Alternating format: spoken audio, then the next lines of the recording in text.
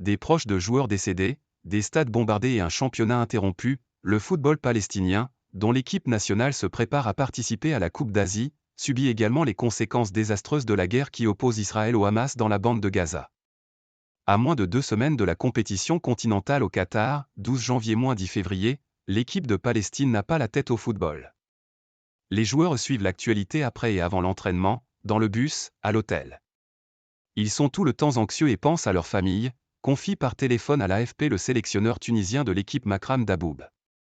La sélection palestinienne, qui disputera la Coupe d'Asie pour la 3e fois, est attendue mardi à Doha pour un ultime stage de préparation avant le début de la compétition.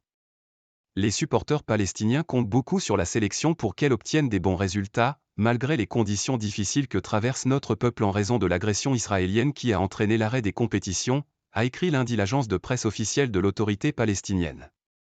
Nous avons des problèmes physiques, techniques et tactiques à cause de la suspension du championnat et du manque de compétition, sans oublier l'aspect mental, complète M. Daboub. Hisser le drapeau palestinien. Les championnats de Cisjordanie et de la bande de Gaza sont en effet suspendus depuis le début de la guerre déclenchée par une attaque inédite du Hamas palestinien sur le sol israélien qui a fait 1140 morts, en majorité des civils, selon les chiffres publiés par les autorités israéliennes. En représailles, l'armée israélienne pilonne la bande de Gaza assiégée, où près de 22 000 personnes, en majorité des femmes, des enfants et des adolescents, ont été tuées, selon le dernier bilan du ministère de la Santé du gouvernement du Hamas. Dans l'équipe nationale, de nombreux joueurs souffrent, je peux citer parmi eux Mahmoud Wadi et Mohamed Saleh, souligne le sélectionneur. Ils sont professionnels en Égypte, mais leurs familles sont à Gaza et leurs maisons ont été détruites. Certains de leurs proches ont été tués ou déplacés. Ils vivent dans des conditions difficiles.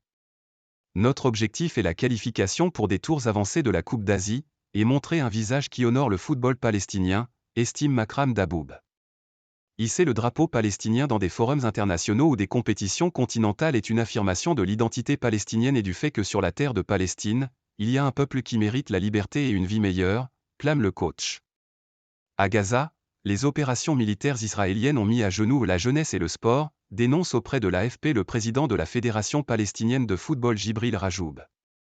Stade de Gaza détourné. Plus d'1 millier de personnes ont déjà été tuées parmi les membres des organisations de jeunesse, de sport et de scoutisme, déplore M. Rajoub, également patron du Comité olympique de Palestine. Il accuse aussi l'armée israélienne de cibler les installations sportives, les clubs et les sièges des fédérations.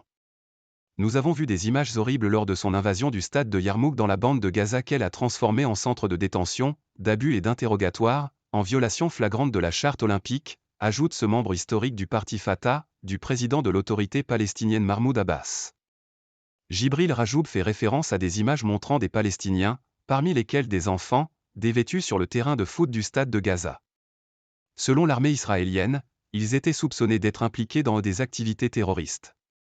Ce stade, de 9000 places, est l'un des plus anciens de Palestine, puisqu'il a été bâti en 1938 et a été équipé pour répondre aux exigences internationales, affirme M. Rajoub. Mais l'enceinte n'échappe pas à ce que subissent les territoires palestiniens, déplore-t-il.